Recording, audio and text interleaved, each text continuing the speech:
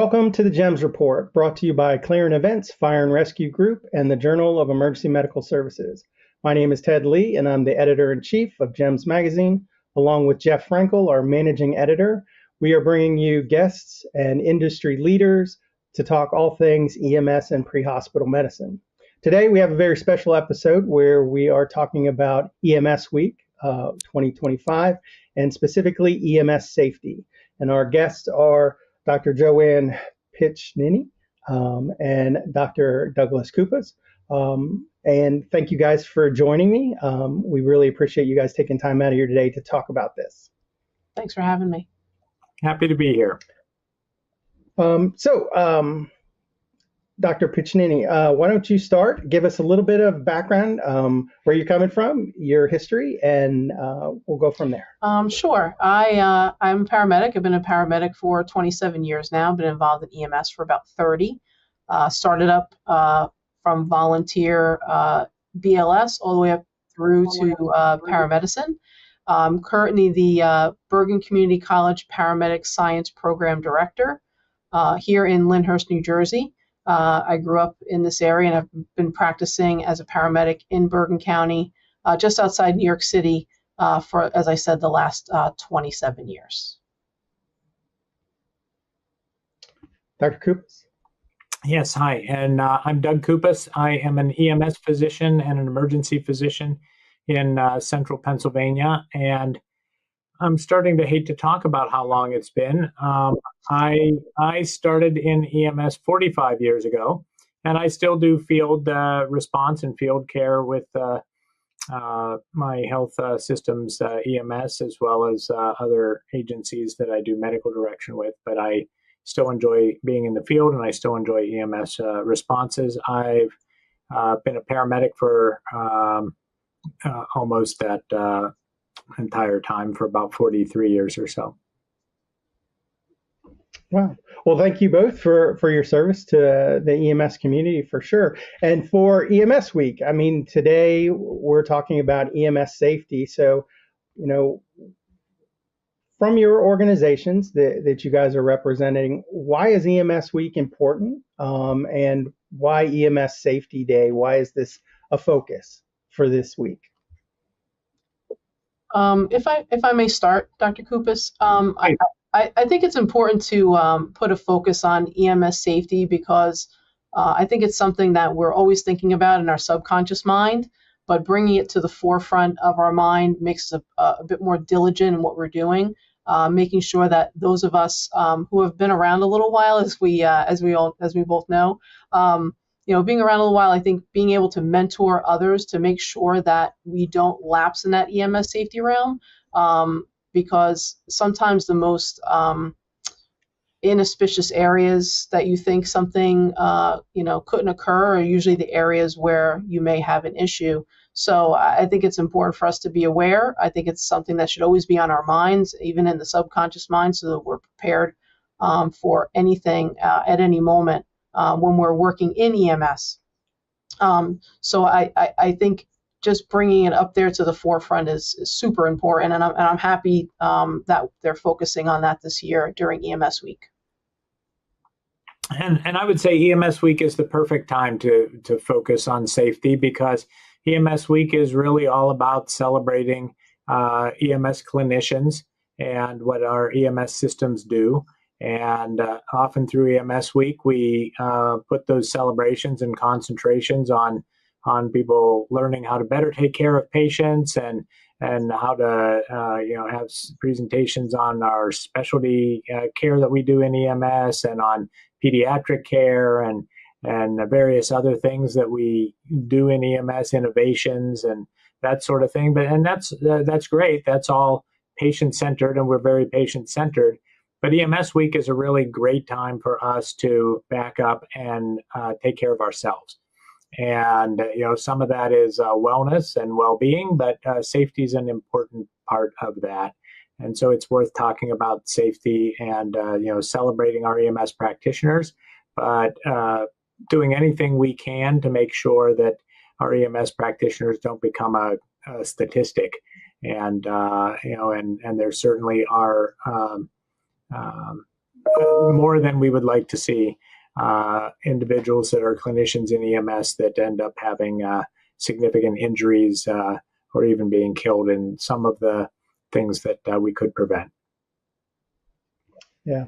So, I mean, you had mentioned this as well, the first day is health and wellness, and then of course education and safety, with those really focusing on, the individuals. We just had a horrible event with the loss of Graham Hoffman, a Kansas City paramedic, with a line of duty death. Focusing on, those type of things. And to your point, being, out there in front and kind of reminding everybody that, yes, it's always in the back of our mind that this is a potentially dangerous job. We need to take care of ourselves. We need to take care of each other. But things like that really highlight the importance of us paying attention and doing due diligence in protecting ourselves and our crew members and other members of the EMS community. Yeah, absolutely. And, like pretty much everything else we do, there are really low-hanging fruit habits that people can get into that make things much safer. There are far more complicated and complex ways that, we have risks in EMS also. But I think that,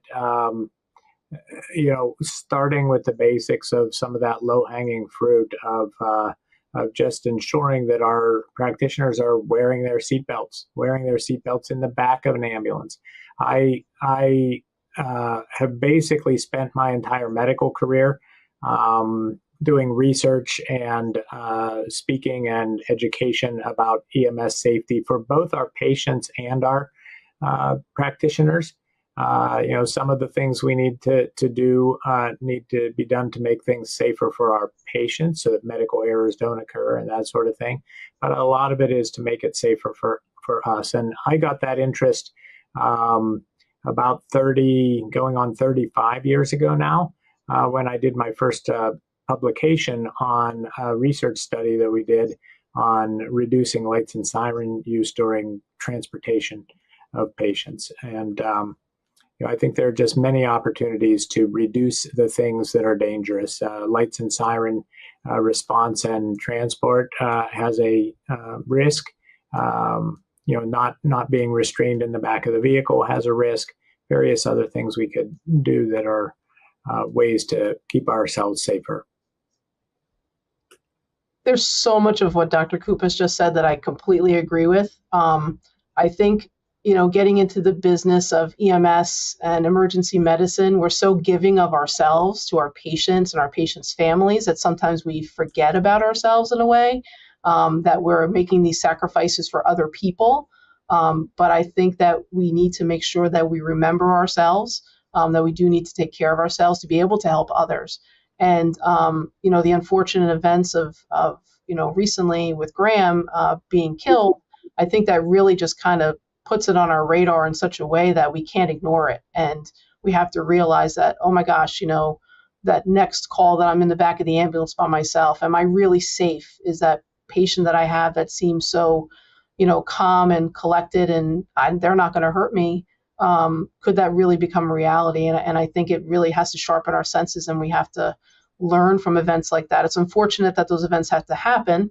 So I think being proactive with education, I think is of the utmost importance, and to get the message out and to take care of each other, and to mentor others who are younger in the business, who are coming up, to say, listen, to be able to take care of someone else, you have to take care of yourself. And whether that's the wellness part of that, or just making sure you do your due diligence to make your environment safe for you to work in. Yeah, you put that perfectly in what my next question was going to be, because when you first get into this line of work, or when you're interacting with the patient, you're so patient centric and focused that it's all about the job. It's all about the situation, and trying to make sure that your care is of its utmost, that we tend to lose sight of some of the little things. And then to put somebody in a leadership position where you have crews that are focusing on the initial job, well, who's watching the crews? Who's watching everybody else?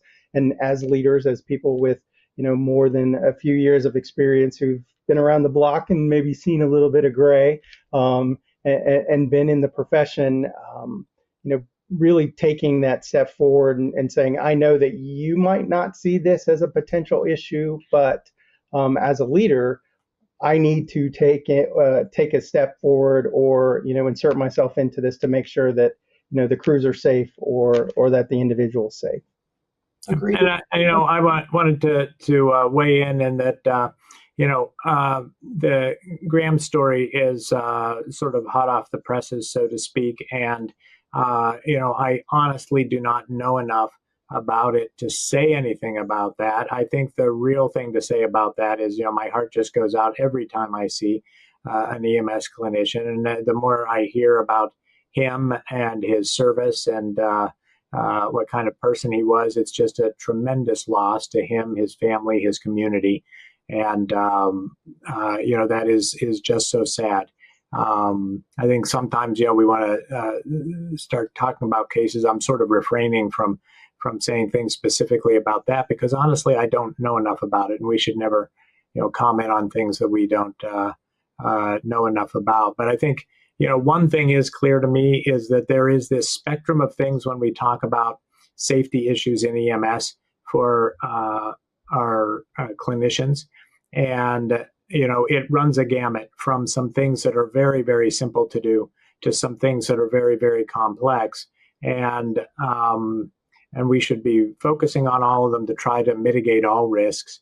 And I think that, the one thing that is clear about what happened to him is that, there is this disturbing trend in emergency departments, I think in law enforcement, certainly in alert emergency departments and EMS, of citizens and patients being willing to assault their healthcare providers. And, I think in the past that was something that did not quite occur as often as we thought. We had a society where healthcare individuals were respected, and almost no matter where you were in society, you respected, at least to some degree, healthcare workers. And now, that is gone, and the daily assaults on people, both in the hospital and in EMS and other settings, just is a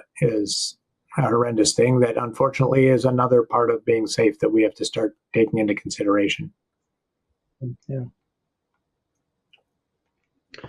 So, what can services do, or what can agencies do during EMS week and Safety Day, which is Tuesday? How can we bring this, to light? How can we emphasize this and help our not only our communities, but our internal communities, our crews to really kind of drive this point home? Maybe I can start on that one. I would, Joanne, I would say, when you talk about what can we do on that day, first of all, I hope that whatever is done, brings some attention to it that becomes a long-term approach. But I think if places are looking for something to do on EMS week, on the Safety Day, I would do something like do safety rounds of all of your stations, your vehicles, your equipment bags, and just have a group sit down with a conscientious look around the station, looking for anything that sometimes it's industrial things like trip hazards and that sort of thing. Other times it can be issues like frayed seatbelts, equipment malfunctioning, etc. How you store equipment. Go through your medical bags. If you are storing in your medical bags in the same pouch or compartment a 250 milliliter bag of normal saline to give to somebody who's hypotensive, and right beside it is a 250 milliliter bag of premixed lidocaine with 2 grams of lidocaine, you've found a safety issue for your patients, because those kinds of things lead to medical errors. So, just doing safety rounds to look for potential errors that are about to happen or safety issues that are about to happen is a really a short and simple thing to have everybody pitch in and do on EMS Day. Yeah, and to tag on to what Dr. Kupas just said is, I think as part of that safety round, even just hearing from the staff what their ideas are, because I think sometimes some people may feel that people are not listening. But as part of that, hearing from them, what is it that that they feel can make their environment safer? What is it that can make them feel safer in whether it's in their ambulance or their medic unit response, or in their station, or just in general? Do they feel whole? Do they feel their wellness may be, in jeopardy because of things that have gone on that have been allowed to kind of happen unchecked? So giving them a platform and a safe space to be able to say, hey, this has kind of been bothering me for a little while, and maybe it's not in the true thread of safety of our environment, but it may be safety for my health or for my well-being in this business and how long I'm going to last in this business. So if they feel that they have some buy-in, and those things that you mentioned, Dr. Kupas, that they bring those things up and then something's actually done, right? Isn't that a great feeling when, as a staff member, you made a suggestion and your leadership actually implemented? It makes you feel proud. So those people can feel proud in their environment because they feel like they contributed to not only the safety of themselves and well-being, but even to their coworkers as well as those other colleagues around them. So I think that can go hand in hand with what you said. And Joanne, when you started talking about that, I realized that my perception of what I was talking about in safety rounds may not have been what everybody heard, because I certainly, you brought in the fact that staff and leadership should be talking and involved in this. And when I said safety rounds, I certainly was thinking that it would be your leadership and staff and everybody going through all of those places to look for things, many eyes on it from different aspects, and and many levels of care. Your EMTs and your paramedics should be looking, because some will see one thing and some will see another thing when they are doing that. So yes, it certainly should be top to bottom and bottom to top, that everybody's ideas are good. Sure, it's about perspective, right? What is your perspective in this business? Everybody sits at a different angle, right? And we can all help and contribute to the main goal. Yeah, absolutely. Yeah, and from a leadership standpoint, when you're looking at the top down or you're looking at a policy or procedure, you're kind of removed from it, and you're like, okay, well, this is the best practice. This has all the data behind it. This is everything that we should be doing. But then, when the rubber meets the road and either a paramedic, an advanced EMT, or an EMT is actually trying to do the job, they're going to quickly bring up the fact of, it would be so much easier if we had X, Y, Z to be able to do this job, what you're asking. And somebody who might not be in the thick of it, during those moments might be like, I had no idea that. I just assumed that you had everything that you needed because we had everything historically to be able to do sometimes this. The perspective even requires outside of the people we've already talked about. So, it brings to mind a study that we did a few years ago, maybe 10, almost 15 years ago, where we looked at medication storage bags. The medication bags that ALS would take into a house. And we went through it with a medical director, a paramedic, one of our resident physicians, but we also had one of the PharmD pharmacologists from our pharmacist from our hospital. And so the pharmacist doesn't work in the field every day, but the pharmacist's view of some of the things that they saw with the medication storage and potentials for error, were brought to light because they're not used to seeing that same medication bag every day, and others sort of pass right by something that the pharmacist said, here's a real issue right here. Mm-hmm. So even sometimes bringing in eyes that are not the people that work every day with that equipment or bag can identify a potential for an error. So with, of course, this being, an individual day during an individual week, and, these are becoming very common, but these are all things that should be addressed, 24/7, 365 days a year. We should be, paying attention to these. But, having, EMS week and having designated days to try to highlight everything, really does help, bring us, kind of fine tune and maybe focus a little bit more on, these are the things that are important for our profession, both internally and how we interact externally with our communities. So we're just about up on time, wrapping up. Anything, insights, suggestions, or just closing thoughts on EMS Week 2025 and specifically EMS Safety Day? Well, I just want to touch on a little bit of something you just kind of said there in one of your last sentences about the community, right? So I think EMS Week gives us in EMS a moment to shine, to show the community what we're all about, because most people don't know what EMS is unless they actually need them, right? And that's not the moment that, you want to learn about something. Some people are, most people are very happy not to learn about what EMS is unless they have a need, right? Because they're having the worst day of their life and they need help.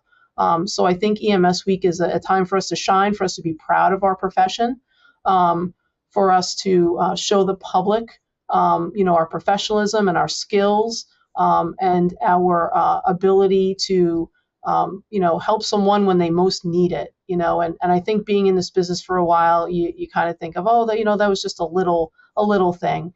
I just kind of did my job. But it's the little things that count in people's lives when we, walk into their home or their business or wherever they are, and we make them feel better. And that sounds to some people may sound a little bit corny, but we are actually making a bad situation better for them. Even if to us it's a small thing, it's those little things that add up for people and can really make a difference. And I think EMS Week is an important time for us to show the community, who we are and how we can, make the community a better place. So what I would say in closing is related to culture. I can remember way back when I was in EMT class, and my instructor, one of the things that he said was, we did not cause the problem. So sometimes, we get so into a response or that kind of thing that it becomes emotional. And, we didn't cause the problem. We're going there to help somebody as best we can. And the worst thing we could do is to cause 3 or 4 or 5 or 7 other people to have one of the worst days of their lives by, having a crash on the way to try to take care of a single patient. And, it really, really, really does come down to culture, and an organization needs to have a good safety culture, and that takes a lot of hard work. Atul Gawande has a quote that I like, which says that